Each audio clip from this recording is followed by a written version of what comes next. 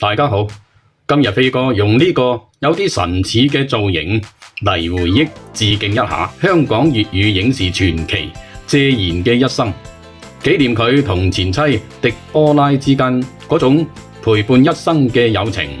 呢種友情同親情係一種超越咗人類自私嘅人性，昇華出咗一種令所有中國人向往嘅永遠懷念嘅記憶同感受。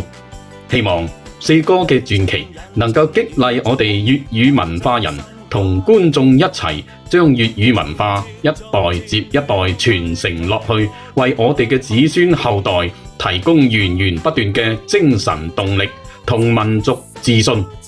謝賢祖籍係番禺人，就係飛哥所在嘅廣州市番禺區。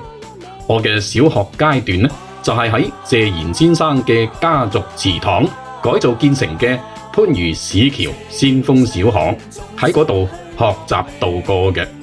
距離謝氏祠堂300米遠嘅地方，就係現任特首李家超先生嘅李氏祠堂。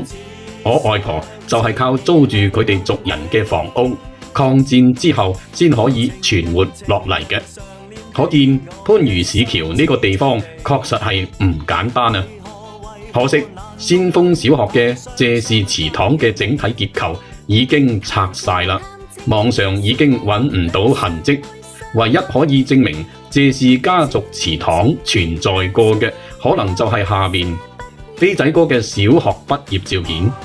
大家可以睇下謝氏祠堂嘅正門係幾咁氣派，兩邊嘅窗花係幾咁富有中國傳統韻味啦。我記得小學嘅時候，經常喺祠堂裏邊嗰陣，我哋叫禮堂，裏邊打乒乓球啦，玩爬杆啦，即係爬鐵通啊。當時祠堂裏邊有2條高10幾米嘅鐵通，只要能夠爬到頂，就證明你係一個小男子漢啦。大個咗就可以幫手保家衛國啦。我記得10歲左右嘅時候都夠膽死啊，爬過上去1、2次。但係後嚟大個咗呢，就識得個死字點寫啦，開始恐高，慢慢就唔敢爬啦。而家我自己諗翻起，都覺得心驚驚。點解嗰陣小學裏邊冇人因為爬上去條鐵通而跌落嚟出事嘅呢？謝賢嘅家族祠堂，謝氏祠堂裏邊仲有幾條啊，同樣係10幾米高嘅巨型漢白玉石柱，仲有幾條名貴木材做嘅梁柱。祠堂嘅面積規模完全不亞於任何一個蘇州園林或者番禺沙灣古鎮嘅何氏家族大祠堂、劉耕堂啊。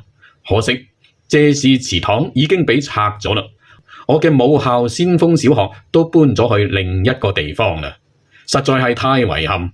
就好似謝賢老先生離我哋而去一樣，只能夠喺自己有生之年永遠咁懷念落去啦。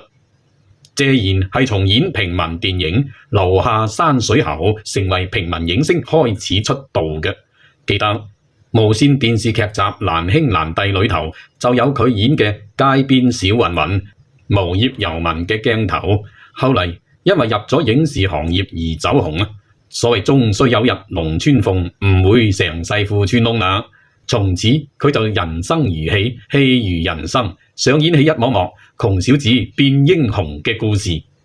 按照而家嘅說法，簡直就係正能量爆棚啦！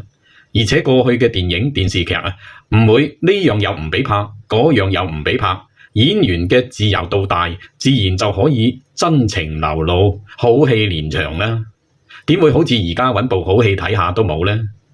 謝賢嘅影視人生，好似導演王晶講嘅，係50年出一個嘅偉大演員，已經冇人可以複製。更加難得嘅就係佢一生瀟瀟灑灑，臨老仲有紅顏知己嘅陪伴，仲有一個叻仔謝霆鋒。祝謝賢老先生走好，希望佢嘅傳奇能夠永遠激勵粵語文化人，等佢哋可以創造新嘅傳奇。下面就讀下一篇紀念佢嘅文章，我哋下集見。